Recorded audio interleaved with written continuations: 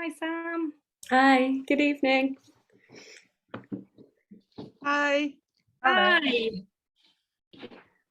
Hi, everyone. Thank you for joining us at our panel. It's the last in our series today, so thank you, everyone. Yes, I'm just going to introduce the panel, and then we're going to introduce the writers, and then we can get started. So welcome. Just to give you a bit of information about what it is that we're doing. Writing Around the Kids project, which is what this is part of the project, it enables mothers of young children to write creatively. And we're currently working in partnership with a brilliant group of women in Littlehampton, in partnership with Littlehampton Museum and New Writing South. And we are soon to be starting a group in Hastings, which we're really excited about. Both Sam and myself are writers and mothers. We began the project once we started recognising in our own lives how difficult it was to forge creative time around our own families. So my name's Jefferson. I'm a playwright and novelist. I've written for stage and screen since 2005. I've published 2 novels, Winging It, which was published in November 2020, and Nailing It, which was published in April last year, both with Orion. And I'm currently working on my 3rd book. Hi, and I'm Sam Johnson, and I'm a freelance writer and creative writing practitioner with an MA in creative writing from the University of Brighton. I've been facilitating writing workshops since 2017, and I've also had poetry published in 2 anthologies and have had some work performed in Brighton Fringe Festival. And I'm slowly working on a novel while I'm raising my children. We are delighted to welcome you tonight to our Finding Inspiration panel discussion with our 3 exceptional female writers who have kindly agreed to share with us their experiences of what it is to be a writer. So I'd like to introduce Katy Massey. Are We Home Yet? Katy Massey's memoir about her relationship with her mother was published in September 2020 by Jacaranda.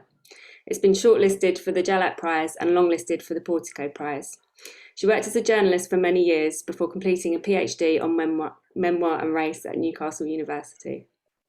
Alongside her own work, she's guided and published numerous emerging writers and initiated her own Arts Council-funded literature projects. She's published 2 anthologies of memoir, Tangled Roots, True Life Stories about Mixed-Race Britain, featuring 30-plus contributions, and Who Are We Now?, a collection of first-person experiences of the 2016 Brexit referendum. She lives in East Sussex with her family and has just completed a novel. Hi, Katy. Hello. Hi, I'd like to welcome Victoria Dowd. Victoria's novel, The Smart Mum's Guide to Murder, won the People's Book Prize for Fiction and was in search of classic mystery novel book of the year 2020.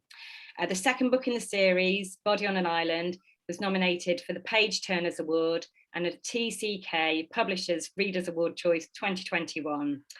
Her 3rd novel came out in September last year, Tales of the Red Monkey, and she is just working on her 4th novel, which is due to come out in April. Also, has finished her 1st novel, it's due to be published in April. Her books are a modern, darkly comic take on the golden age of crime fiction. Victoria was awarded the Gothic Fiction Prize for short fiction in 2019. She was a runner-up in the New Writers Writer of the Year Award and longlisted for the Wimbledon Herald International Short Story Competition. Her work has been published in many literary journals and magazines. She also writes the Adapting Agatha series, focusing on TV and film adaptations of Agatha Christie, and regularly speaks at various festivals on the subject. Originally from Yorkshire, Victoria studied law at Cambridge and was a criminal law barrister, appearing in the Old Bailey for many years. She's now the co-convener of the London chapter of the Crime Writers Association. Welcome, Victoria. Oh, hello. Thanks for having me. Finally, I'd like to introduce Elizabeth Haynes. Elizabeth is a former police intelligence analyst who lives in Norfolk with her husband and son. Her 1st novel, Into the Darkest Corner, was Amazon's Best Book of the Year 2011 and a New York Times bestseller, which is now published in 37 countries. It was originally written as part of National Novel Writing Month, Nanowrimo, an online challenge to write a 50,000-word novel in the month of November. She's written a further 3 psychological thrillers, Revenge of the Tide, Human Remains, and Never Alone, and 2 novels in the DCI Louisa Smith series, Under a Silent Moon and Behind Closed Doors. Next came her highly praised historical novel, The Murder of Harriet Monckton, a Sunday Times summer read, which is based on the 1843 unsolved murder of a young schoolteacher in Bromley, Kent. Elizabeth's latest novel, You, Me and the Sea, is a contemporary story of love and redemption set on a remote, windswept Scottish island. Hi, Elizabeth. Hi, thanks for having me. So we're just going to get straight into some quick fire sessions, questions just to warm us up. So the first question is, have you got a comfort read, that book that you can read again and again? And I'd like to ask Katy that first. I struggled with this one. I think Jane Eyre is my go-to. Not because it's particularly comfortable, though. It's just like a, fire disfigurement. But I think it changes every time I go there. As I've got older, it means things completely different to me now than it did when I was a teenager. But also in this day and age, the age in which we live, it continues to talk to us. And I don't really understand it, Jane Eyre. I'm not really on top of it, so it continues to intrigue. Lovely, thank you. And Victoria? Well, I think mine would have to be Rebecca, for similar reasons to Katy, actually, because it is, a very similar kind of book, that it has been with me through various stages of my own life. When you are thinking, oh, Maxim's so wonderful, I really want to marry him, and then you look at it from a different angle and think, she's a really young girl who he's just married, and actually, well, I'll not give any spoilers as to what he did, but it's almost as bad as what Mr. Rochester did. But yeah, still I go back to it again and again. And how about you, Elizabeth? I'm going to cheat a little bit because, like Katy, I found this question really, really hard, because if I'm in need of comfort, I find reading actually quite difficult. So I tend to turn on like a podcast, like a true crime podcast, because then you can just sit and let somebody else do all the work. And I listen on headphones when I'm walking the dogs and in the car a lot. So if I can't read, or if I'm struggling in any way, then definitely lose myself in someone else's problems, I think, is the way to go. Great, thank you. Okay, and our next question is, which author would be your star guest at your dinner party? So Victoria, if I start with you, who'd be your star guest? It'd have to be Agatha Christie. I think, I've loved her all my life, since I think she's one of the first authors I ever read, and she really has stayed with me all through the years, and so many questions. She'd be bored sitting next to me. Elizabeth, who would be your dinner party guest? I think it would have to be Sophie Hannah. I wasn't sure whether I was allowed dead people, so I went for Sophie Hannah, just because she is the most entertaining person to listen to about every possible subject, and she's one of these people, when you're talking to her, she's always really interested to hear what you've got to say as well, which is lovely for a dinner guest, isn't it? When you get that mutual conversation with somebody who speaks really fluently but is also really interested in you. I think whenever I've met her, whenever I've spoken to her, I come away from it feeling like I've been in a bit of a therapy session. I don't know how she does it, but I think it would have to be Sophie Hannah. She sounds like a great guest. Okay, Katy, who would your guest be? Well, now I want Sophie Hannah, but previous to her, I thought of Douglas Adams, actually. I hope you are allowed, one is allowed dead people. Because I was thinking about somebody who I could talk about the now to, but who imagined where we would be, and who could perhaps imagine some of the solutions to what we're going through. So yeah, I'm not sure how good a listener it'd be, but I think possibly a great talker. That's brilliant. I'm always interested as well to hear people's response to this one, whether you have any unusual habits or a ritual that you need to do before you sit down to start writing. If I start with you, Elizabeth. Well, I was going to say I do all of my writing in November for Nanowrimo. I think we're probably going to maybe touch on that a little bit later. So I will say that I have no good habits. I have no good rituals. I have to kind of take it when the inspiration hits me, which is often in the most inconvenient times, which is why I've usually got notebooks galore everywhere dotted around, and write things down and hope for the best when I can get back to my laptop and start writing. So I'm pretty useless and disorganized really when it comes to writing. I wish I could say this is how I do it. It's all very organized and sensible, but it really isn't. It's very chaotic. But that's often when the best ideas come, you see, is when you're not expecting them. Yeah, brilliant. And yeah, I'm sure we will get onto that a bit more. Don't let me forget to talk to you about that though, because if we don't come back to it, I'll be very upset. Noted. Noted, yeah. Katy, how about you? Have you got anything you need to do before you start writing? Lots of coffee. Other than that, not really. It's time, isn't it? I am still struggling with myself to be as disciplined when I get that precious few hours during the school day alone. It's too easy to think, oh, but Below Decks on Netflix, and I really to sit down and crack on quicker every day. That's all I try and do. Other than that, and actually I work with targets now, which is not very artistic or romantic, but does seem to work. But no, I have some strange habits, but not to do with writing. Maybe we'll come back to that as well. Victoria, how about you?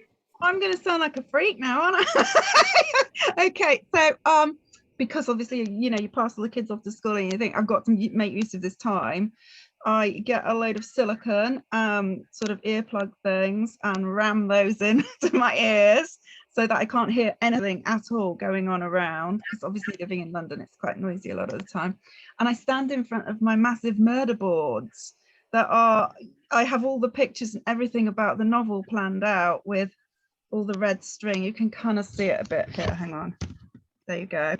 Oh wow, it's like seeing the inner workings of your brain, Victoria. There's a lot up there as well. There's hundreds of, you know, and it's all a bit mad and chaotic, but if I can then picture all of it suddenly, and I'm kind of in there, and then I just have to stay on the chair. Isn't it great that we've all got different ways of doing this though? And I mean, as many people are here, you know, everybody who's watching will have a slightly different way of doing things, or even a vastly different way of doing things. And I love that about writing, because it's all completely legitimate, isn't it? It's all allowed. There's no kind of rules to how you're supposed to do it, and it's all brilliant. We had, I'm not sure if it was the last panel or the one before, that all of the writers said that they needed to start with like a clean house, and I thought that, and then I was worried that there was something wrong with me, because that's absolutely not part of my process. And a cup of tea as well. I think a cup of tea often features very heavily as well. But yeah, coffee. With your board, Victoria, it kind of leads us on to our first kind of discussion question, because so we were saying before that we've been working with our group of women writers in Littlehampton, and so we'd kind of asked them the kind of questions they would like to pose to you. And so we've got some questions, but also for anybody else who is watching, there's the Q&A tab at the bottom. Please put questions in there, and Sam and I will try and fill them as we're going along. But yeah, so around inspiration, we'll just get the ball rolling with the theme and ask what is yours, what's your inspiration? So Victoria, if I just start with you, and then just if everybody wants to dive in. Well, mostly my inspiration, I would say, primarily comes from reading. So I'll be reading, you know, if I'm feeling kind of, I don't know where to go with the next one, I'll read a lot of, and I actually read a lot of really, really old kind of lost detective fiction from the golden age of detection. There's so much of it out there, and, you know, so much of it's been lost or isn't in print, or, you know, just finding these kind of really old gems. And it often sparks an idea where you think, oh no, actually they could have done it like this, and what about this? And then, you know, it really, really fires me up. And I have a kind of thing where I plan things out, obviously with the murder boards and stuff, and then I plan it out in Lego. My kids have a lot of Lego, and I lose people all the time in the plot. So the last one is in a small village on Dartmoor, and they moved from house to house in a kind of cozy mystery style way. And I kept losing where each person was. So I built all these little tiny models, and then the people would move around. So, yeah, that's how I That's inspired. genius. Brilliant, absolutely brilliant. Wow. So what do your children do to play with that? Oh, he's got so much Lego though. He's got so much. I mean, they've all got so much of it now, and they've got more. Although overnight, sometimes people do kind of get changed in and out. So the murderer ended up at one point. I looked down and it was Chewbacca, and I'm like, no, this can't be right. So yeah, sometimes that gets a little bit confusing. Victoria, if you've not written a writer's guide to how you work yet, I feel like that is a definite must for the future.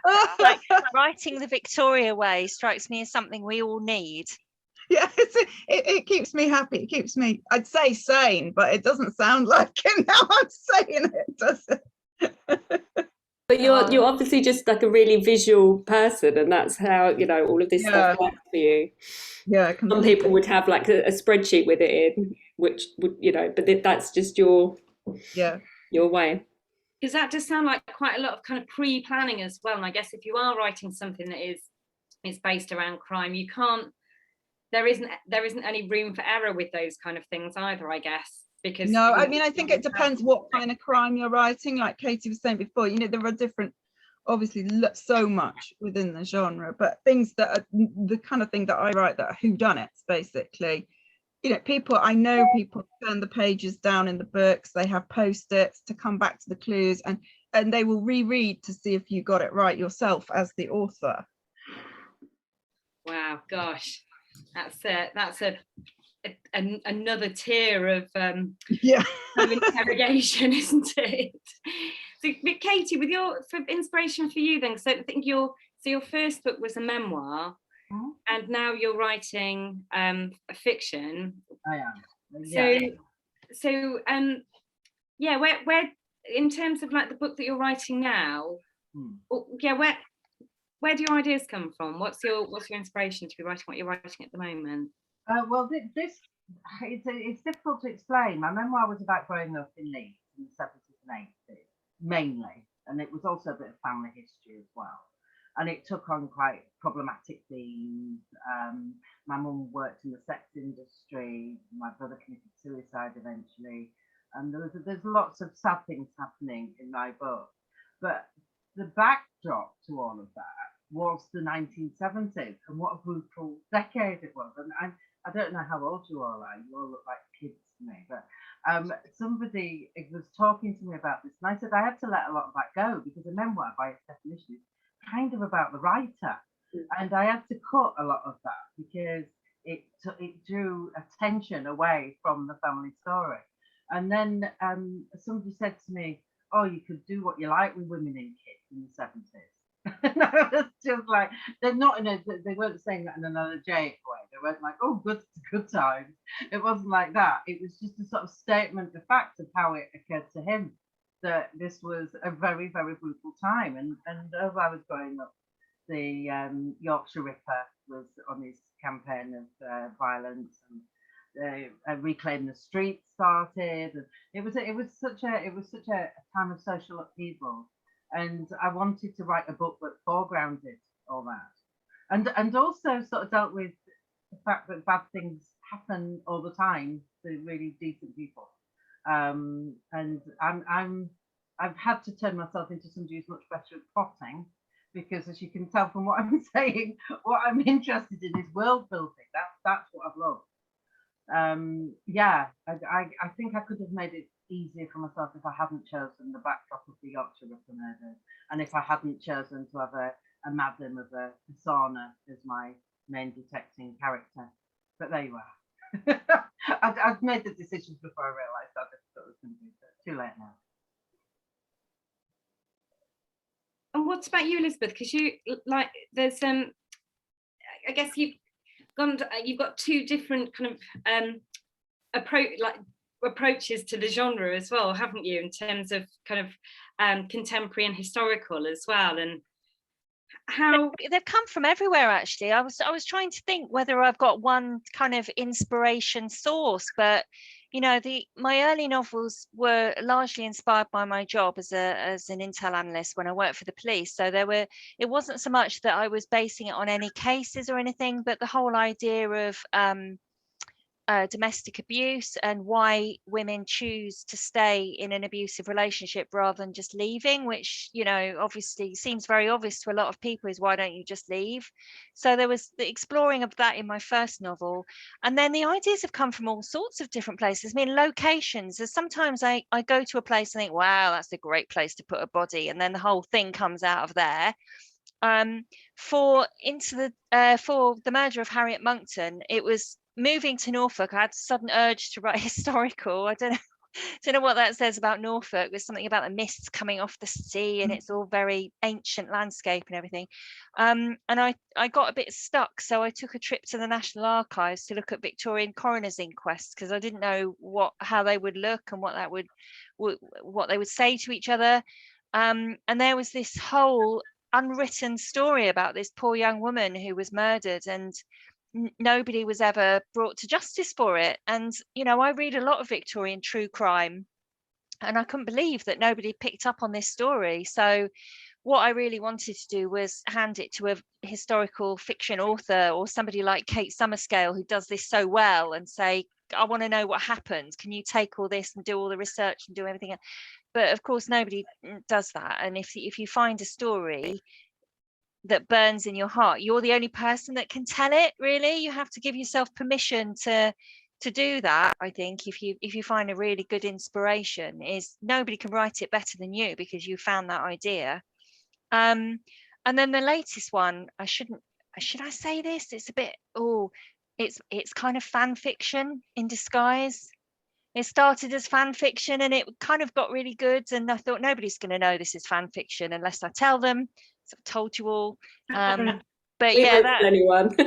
I love a bit of fan fiction. I don't know if anyone else does, but it's a really good starting point, because it's a way of testing your water wings in a way with writing, to mix all the metaphors, and exploring the good bits of a story, and the things that the author didn't say that you really wanted them to say. So I love a bit of fan fiction, and this one kind of expanded into a full book, and I think hopefully I've got away with it. Nobody asked me what it's fan fiction of, though, because I'm not going to say. I know you're all dying to know. Well, it's not going to be Twilight. We know that. No. There's no vampires. There's no vampires, and I challenge anyone to recognise those characters, because they are so far removed from how they started. Now, I'm thinking that even though it's fan fiction, I think probably most people wouldn't know. Hopefully. Do you think the author would know? No. Because it's a complete, fan fiction has got degrees, hasn't it? It's either you write in that world with those characters names, and then there's a bit removed where you take those characters and you put them either in a modern setting or a different setting, or in a college or a hotel or somewhere where they wouldn't normally be. And then there's mine, which has got the same the characters and the relationship between them, I like to think, but with different names, completely different setting, completely different world, everything. So I think I'm sort of 3, 4, 5 steps away from how it started. It's intriguing. Need to know. And is this the one that's on the Scottish island? It is. It is. Okay. When you get 2 characters and you think they would be really good on a Scottish island with a lighthouse. I really want to put them in there and see what they say to each other. So quite often, it's a case of finding your characters and then maybe moving them somewhere where they can do more interesting things, or putting them into a setting where they're forced into some sort of action or something like that. If you get a bit stuck, I quite often move people around or change something dramatic to kind of spark life into them. That's very interesting that you just said that, if you feel stuck, because that's is the next question about what you do if you feel stuck, how you kind of get your inspiration going again. So yeah, Elizabeth, you've kind of just answered that already. Can I throw something in very quickly as well on sure. that topic? Because I was reminded of, I think it was something Katy said earlier. about your rituals. That's right, when we're talking about the rituals and the process. If I get stuck, there's a really brilliant website called Focusmate. I don't know if any of you guys have come across it, but I use it all the time for writing, and it's a website where you get matched with some random stranger somewhere in the world who is doing work, or maybe doing yoga, or practicing piano or something, and you work together for 50 minutes on camera, muted usually, although I prefer it not muted. And it's just about the accountability. So you don't have long to chat. You don't sort of, you have a few minutes introduction about this is what I'm doing. Then you work for 50 minutes. And at the end you say, how did you get on? And thanks for working with me, bye. And there's just something about having someone else there watching while you do whatever you're doing, typing or writing, or you just get on with it because you don't want to let them down because they're busy working and you're busy working, and you don't want to kind of stare into space and go and let the cat out and, you know, whatever else you need to do. That's my top tip for staying focused. So that isn't a writer, that isn't writers meeting other writers. This is anybody who's committing to doing something for 50 minutes, meeting somebody else. It's a lot of students on there. There's a lot of medical students studying anatomy of elbows and all sorts of things like that. Then there's, you know, developers are on there. People, a lot of people working from home now who aren't used to working from home and finding it really difficult. And the good thing is they've now got 25-minute sessions as well. So if you've got 25 minutes before you've got to go and pick the kids up, and you think I could very easily put the washing in or do something else for those 25 minutes, if you book a Focusmate session, you're kind of committed to working for 25 minutes and then you can stop. And it's amazing how much work you get done in that amount of time with somebody who's doing something completely different to what you're doing. I think that I've heard you talk about that before, because I haven't actually used the website, but I've got a writer friend that we kind of just have a Zoom with each other and do the same thing. But it's quite hard to actually find times that we can both do that. So yeah, it's a good reminder that website. But okay, so Katy, if you're feeling stuck, how do you get going again? I think Elizabeth, when she said sort of, I like a fire in my plot, and all whatever the equivalent of that might be, just something, an act of God usually, but something to really stir the characters up. And oddly, the event sometimes hasn't stayed in the book, but the effect of it has. And it's I get to write something graphic, something that's happening in the physical world as well. And another thing I do is to have a set of sort of stock scenes that I make sure for each character. So every character, do I have a waking up scene for them? If I don't, then that's something I can write that enables me to get to know them better, to put more flesh on their fictional bones, I think. But I don't really get stuck. I don't. Stuckness is not the issue. Focus can be more of an issue. And Elizabeth, I'm amazed to hear, given that you can write a novel in a month, I'm amazed to hear that you do lose focus. That's quite heartening, actually. Yeah. Okay. I must say though that news stories, if I'm listening to the news, quite often a news story will come and I haven't thought of that aspect of this, or I haven't, you know. So quite often things just in the culture spark ideas as well. Yeah, brilliant. And how about you, Victoria? I tend to, if I'm stuck with the novel that I'm writing at the moment, I tend to go and do something completely different, like a short story or something like that. And I get a lot of, I read a lot of obituaries.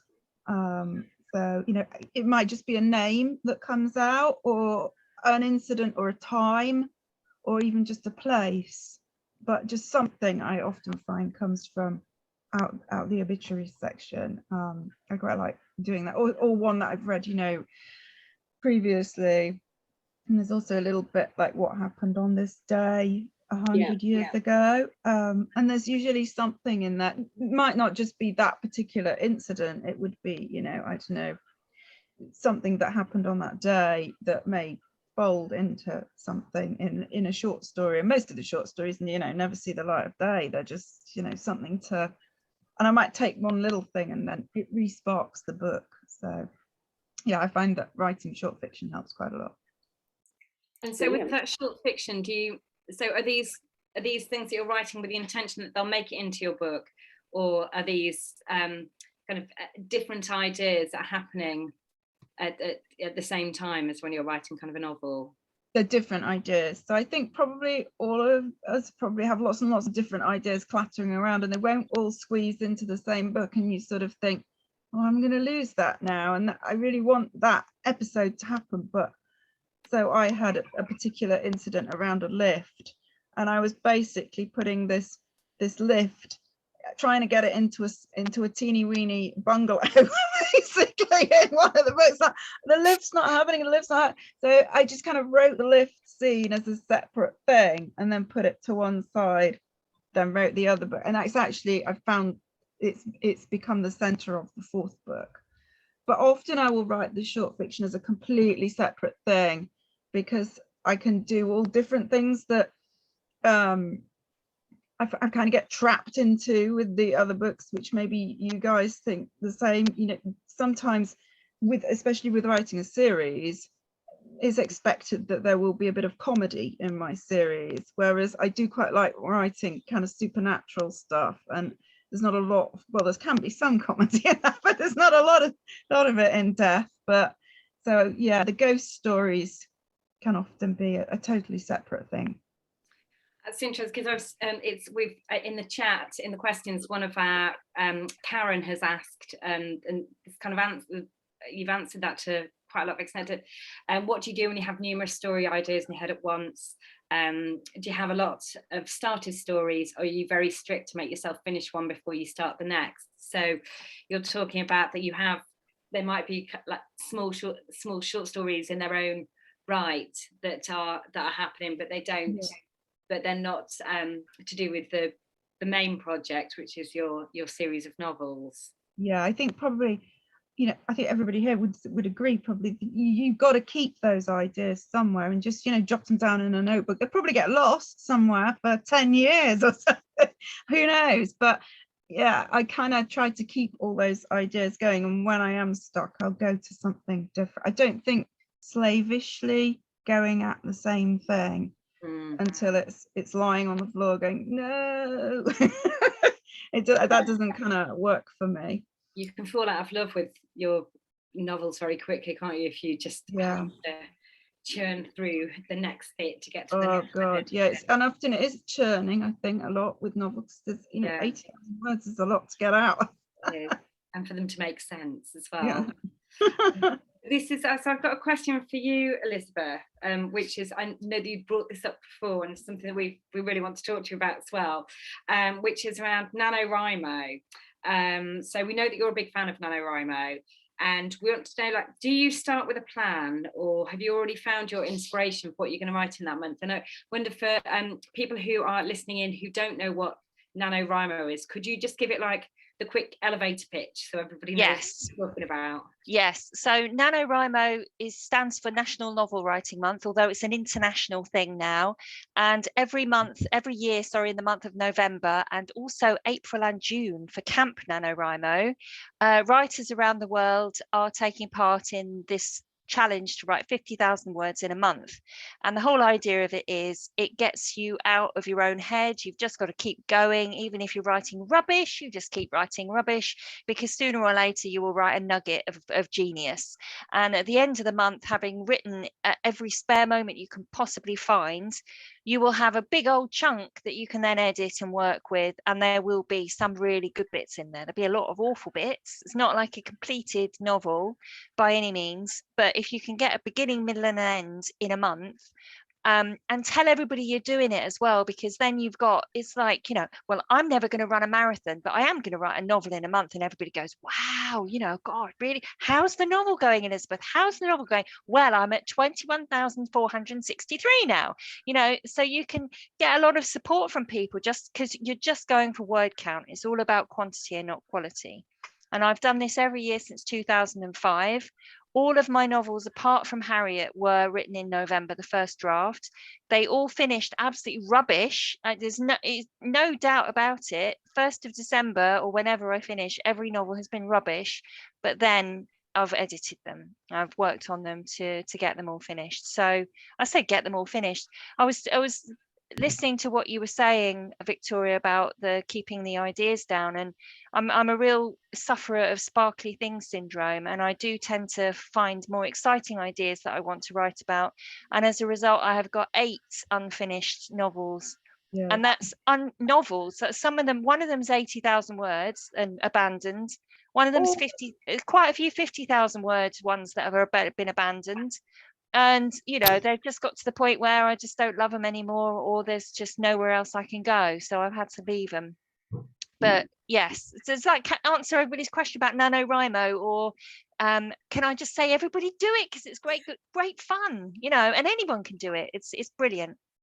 I would just like to pick a nugget out of that, Elizabeth, because I think one of the really important things you said then was get a beginning, middle and end down, which it basically force yourself to move the narrative on. I think a lot of writers when they first start have 50,000 words to say about the bit that really interests them. Yeah. And I'm terrible personally for not finishing things as well. Yeah. So I think that was just that little brilliant nugget there. I just wanted to draw that out and say, yeah. I think the idea. And move the story forward. Ideally, yeah. I mean, I'm a terrible one for focusing on the bit I want to write about and then skipping over and not actually getting it finished and getting to the end. But I think the original question was about, do I have a plan? And the answer to that is a very firm no. I don't. I never have a plan because I get bored very easily. And if I know what's going to happen, then I don't bother to write it, because what's the point? So quite often I just have that starting idea or a location or a couple of characters, and then I just write and hope for the best. And usually around week 2 it sort of takes off, and then I go, oh, I know what's going on now, and then they'll do something surprising and I'm like, oh well, I don't know what's going on now, but we'll go with it and see. So I'm very much a pantser and not a planner, but you know, I recognize that people who plan and people who don't plan are often people who have kids, and people who don't have kids are always very jealous of each other. And I'm always very jealous of the planners, because I think, oh, how wonderful to know what's going on. So at what point was something, so you're, in terms of like when you start something like that, you've got like your inspiration in terms of, I guess the project in itself is inspiring to know that you're committing that time to doing that, but the inspiration for what the story ends up being kind of unfolds as that month takes place. Would that Yeah, by way of example, the last NaNoWriMo I did, my idea was it was going to be set in a block of 6 flats, you know, like one of those big old Victorian villas that's been converted into 6 flats. And something horrible was going to be in the 6th flat. And I didn't know what it was, but I worked my way through each. So there were 6 parts, and each part was the point of view of the person in each flat. And I started in flat 1 and worked my way up until I worked out what the horrible thing was. I mean, I worked it out kind of halfway through the first flat, so that was sort of good, but then I had to fit everybody else's narratives around how they were going to discover it. Not seen light of day, that one, so that's a free idea out there if anyone wants to take that one on board. I don't think anyone would want to, but you know, it was getting there. Have either of you, if not done NaNoWriMo, done something where you've kind of worked to quite kind of a tight deadline, like a self-imposed deadline, I guess, that isn't from an editor or something like that, and found kind of inspiration by working in that way, or not? I would love to say yes, but no, I'm really slow. And I didn't plan the first draft of this book I'm working on now. And then the editor that looked at it sort of just took it apart and said, this is exactly what you have to do. And now I'm doing it. I kind of wish I planned it. But Elizabeth, I do see that there's a beauty in, there's all sorts of things in that book that simply wouldn't be there had I tried to think of them in advance. So there is a beauty in spontaneity, definitely. And so I guess I'm floating between those two models. But I am slow, and I'm trying to speed up. But I do think it's I don't think it's better that I'm slower. I think I'm just a bit lazy, unfortunately.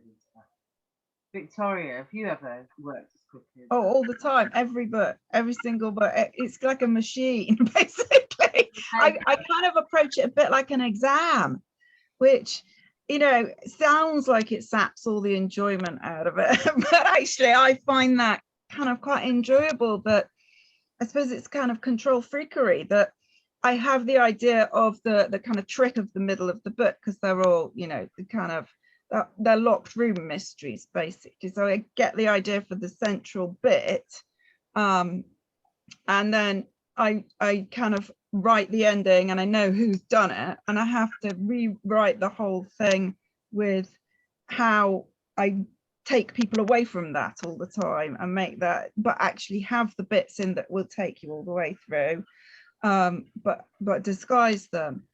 And I just kind of want to see the whole thing done. So with the fourth book at the moment, with the fifth book, actually, at the moment, I'm at the point where it's frustrating because I'm at 40,000 words, and it's just thinking, oh my God, how is this ever going to work? I need to see it as a finished object. I need it to be there. So I kind of, yeah, want it to be finished really fast, as it were, so I can see it as a finished, because in my head I can see it as a finished object, but the thing on the paper is nothing like what's in my head at the moment. It's just a mess. It's just at that awful point where you think, should I just start again?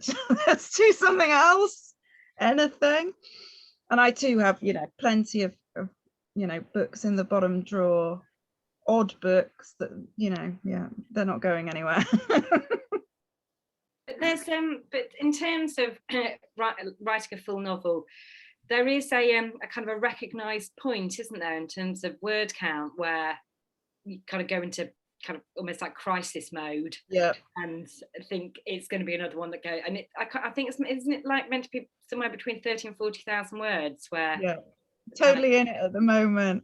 Whoever invented the word counter on the laptop needs shooting, because I would be so much happier if I didn't know where I was at, and I would just feel it and know when it was over. No, you just cover it up with a post-it note. I'd be peeping though. it's kind of like when you're talking about comparing NaNoWriMo to a marathon.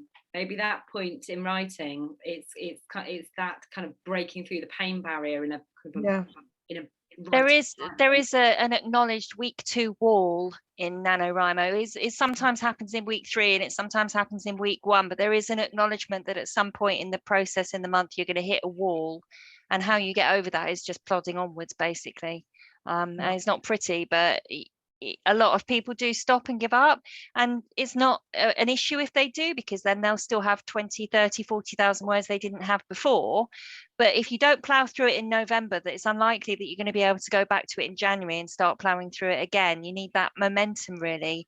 I think, Victoria, it's like you go through this really horrible bit, don't you? But the only way to do it is to keep going, because if you stop, then it does become probably one of the abandoned ones. In my book, it does. Yeah, and you just keep, you know, you keep banging the, I've got the plan, I just keep going, extra bits come in, you know, like even today there was a really good bit that I was loving, out on Dartmoor in a mire, someone's gonna fall in the mire, and then I put in this really rubbish bit about that she was, you know, beaten as a kid, and why have I put that in? That's awful. But you know, I suspect for most of us, I don't know how much survives of NaNoWriMo at the end.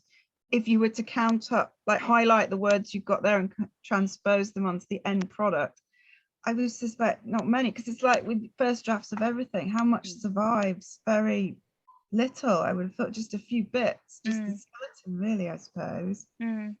It's not the plot. There's certain scenes that you write that, like the one in the mire, that was really, really good. You know, even several drafts further on, that will probably still be there word for word, pretty much. And it's the same with Nano. Often a lot of, well, it needs to change, because the first draft written at that speed is going to need serious work. It's not like you can just plop it onto an editor's desk and hope for the best at the end of it. But with mine, structurally things change a lot. Characters come and go. Subplots completely disappear or get introduced, but there are scenes that you write them at speed and they come out just perfectly the first time, and they're usually what stays in. Yeah, until it gets to an editor. Yeah. Elizabeth, somebody here has asked, is it Julie? Oh, hello, Julie. How long do you spend a day doing when you're writing for your month? How long a day do you spend on it? I like to try and get ahead of the game. So in the early week, the first couple of weeks, I'll try and do 4,000 to 5,000 words a day if I can, and that'll be a couple of hours.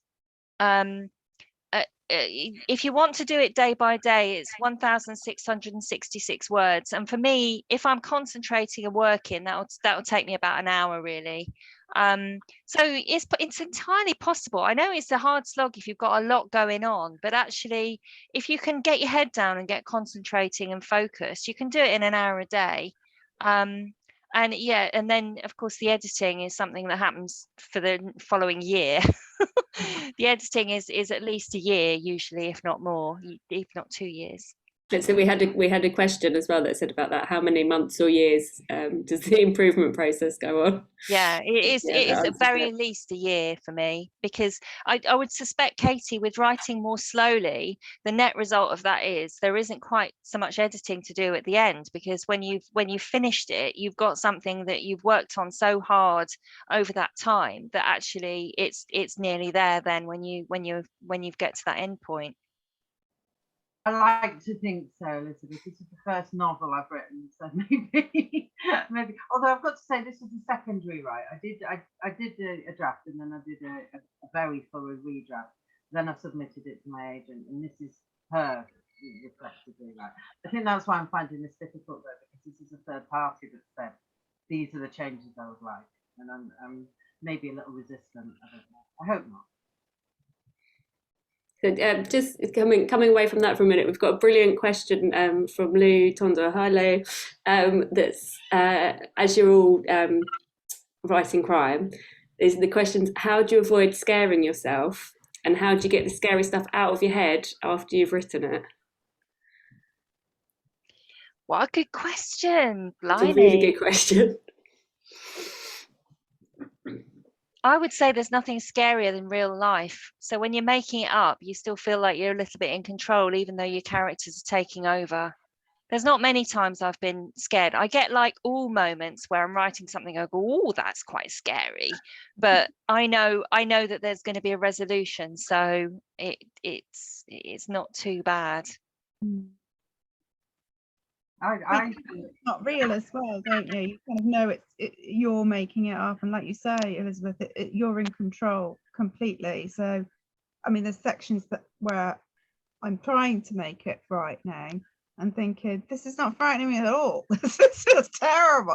And you're trying to make someone jump, or a big shock, or something of that nature, and you know it's coming all the time, so you're actually never frightened by it, and that, for instance, in mine there is a ghost, and sometimes it's there, sometimes it's not, but I kind of know it's obviously not there, and I'm just putting it there for other reasons. But yeah, I don't think I've ever scared myself. I'm not good enough to scare myself, I don't think. I would say I'm going for a sort of kitchen sink level of realism, and I'm trying to scare myself. I'm trying to recreate a sort of a terror, and I can feel it sometimes when that's coming across, and I can feel it coming off the page. The Yorkshire Ripper I'm talking about scared a whole town, and a whole region, I should say. And I'm trying to convey the oppressive nature of that, particularly on women. So yeah, I like that, and I like feeling it. I like feeling that chill. But maybe that's the difference then, because yours is kind of based in reality rather than where with Elizabeth and Victoria that they're creating it themselves. So that's quite a different perspective, I guess. I think it echoes though. I think one of the reasons why I've been so keen to write this, it is the sort of recent concern about women's safety. It's this notion that we can work as hard as a man, yet we can't expect to be able to walk down a street like a man. And I think that just capturing that feeling of insecurity is kind of one of the things I'm trying to do. You have a way of having to kind of shake it off afterwards, though, Katy. So if you're writing something like that and getting your mind immersed in that to be able to write it with conviction. Do you Yeah. have to, you know, like if it was real and you're walking down the road and you come back and you feel kind of jangly and anxious and stuff, Yeah. do you have something to kind of unjangle yourself when you finish writing those parts? Oh, I think we might have lost Katy. But no, I am a bit. Oh, I'm being told my internet connection is unstable at this late hour. You're back now. You froze for a little while. I'm so sorry. I was saying I do yoga every night, so I think that's where I do let these things go. But to a certain extent, I'm wanting to keep it with me. I'm not wanting to let it go until the book's done. So I'm trying to stay in that sort of space. It sounds a bit depressing, doesn't it? But it's not. It's part of the adventure for me. And I'm recreating more than I am inventing, I think. So, yeah. Have a quick look in the box if you've got any other questions. If you've got one to go, Anna. Well, it was on that really, just thinking about like the characters that you write about. So for all of you, do you when, I suppose, Victoria, you're writing a series as well, so you really know these characters extremely well.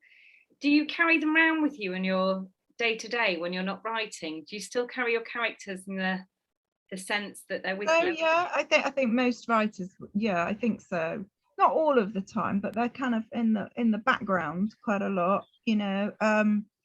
So I suppose that's why a lot of the time it's been easier for me to write the books quickly and go with them, because you already, when you sit down to write the next book, you know the people, and I think the characters are so important to me anyway, in writing a book, that they form part of the plot on their own. And you can hear them, you know them really well, and you know what they would do in any given scene, because they're partly yourself really a lot of the time. So yeah, I don't think I ever say I switch off from them. They're always there, unfortunately.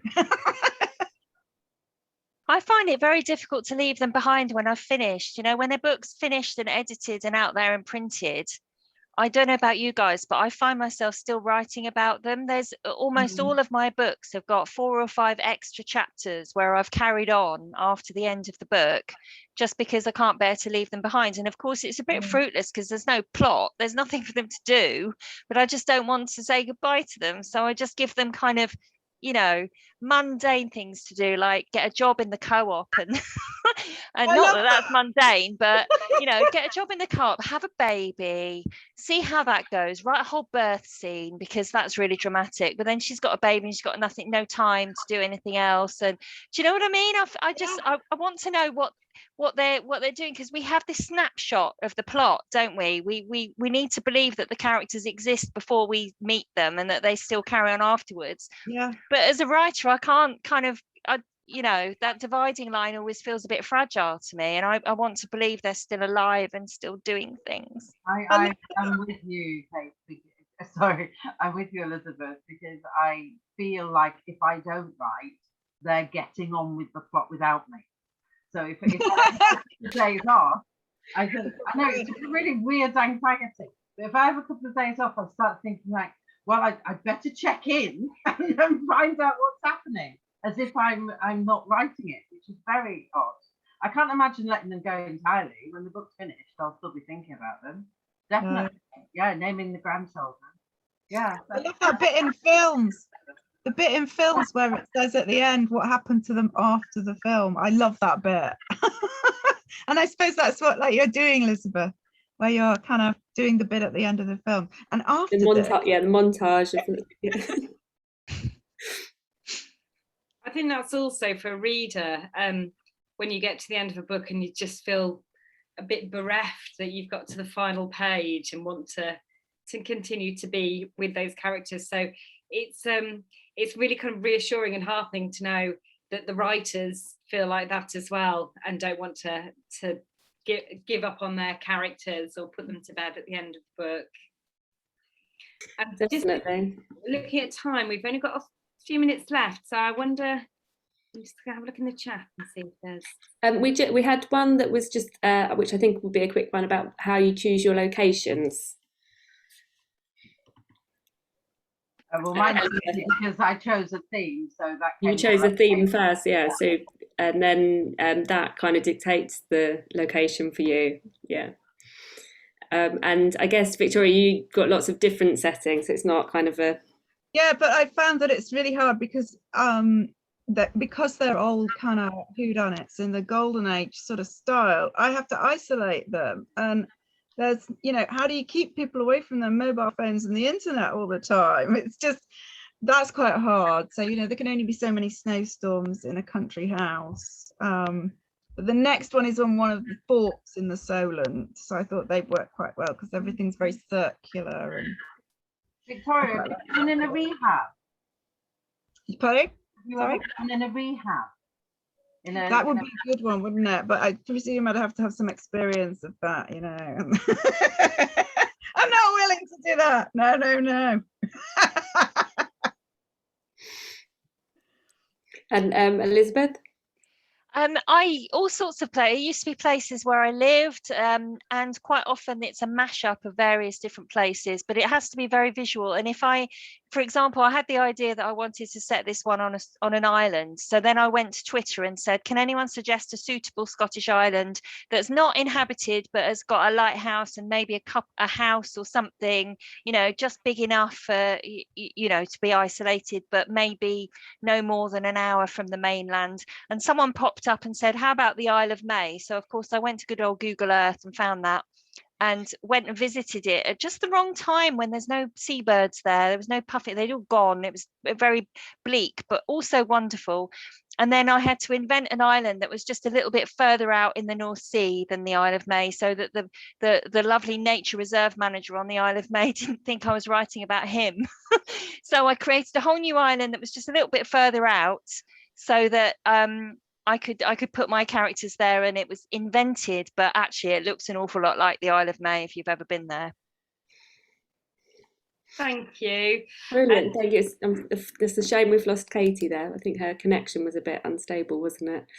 So yeah, I guess that's all we've got time for, everybody. So thank you so much for sharing all your brilliant ideas and your process with us. It's really thank you for all those brilliant questions. Sorry to leap in there, but I've seen a couple of questions go past. I know we've had loads, but I wanted to say, if anyone wants to come and find me, and probably Victoria on Twitter, we're always happy to answer questions, aren't we? So, and we're always happy to engage with writers who are out there doing what we've done. So yeah, come find me on Twitter. brilliant. Thank you, Thank you. We just want to kind of close by saying that we are starting to recruit for our Hastings Writing Around the Kids. So if you or anybody you know lives in the Hastings area, please do get in touch. We'd really like to thank New Writing South, who are our partner organisation, and also Littlehampton Museum. I'd like to thank the Arts Council as well, who are our funders and supported the project. And most importantly, we'd like to thank Victoria, Elizabeth and Katy for your generous contributions and sharing your thoughts and your ideas with us. Thank you so much for making it such a lively and really interesting panel. A pleasure. Thank you very much. Thank you. Thank you. Bye.